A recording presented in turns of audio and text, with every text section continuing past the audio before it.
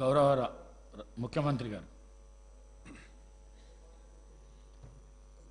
Speaker sir, ఈరోజు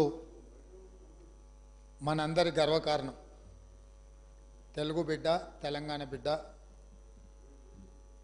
ఏకైక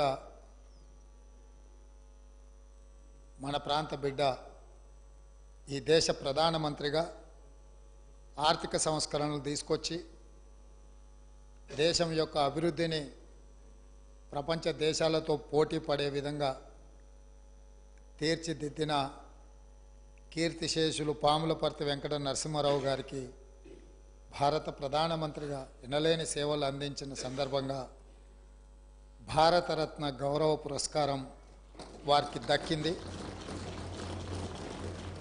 ఆలస్యమైన వారికి గౌరవం దక్కడం ఈ దేశ ప్రజలందరికీ కూడా గర్వకారణం.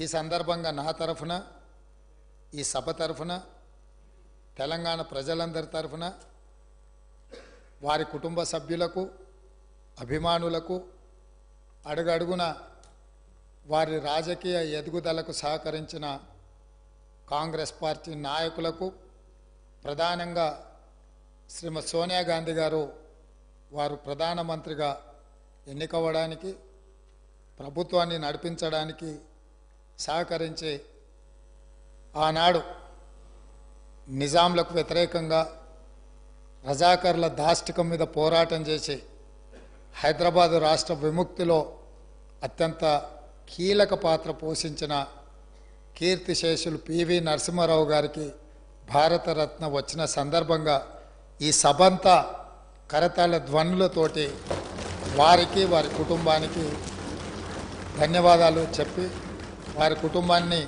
మనస్ఫూర్తిగా అభినందిస్తున్నా. ఇది మన అందరికీ గర్వకారణం. ఈ సభ ద్వారా వారికి అభినందనలు తెలియజేస్తున్నా. అధ్యక్ష, now lunch break for 30 minutes.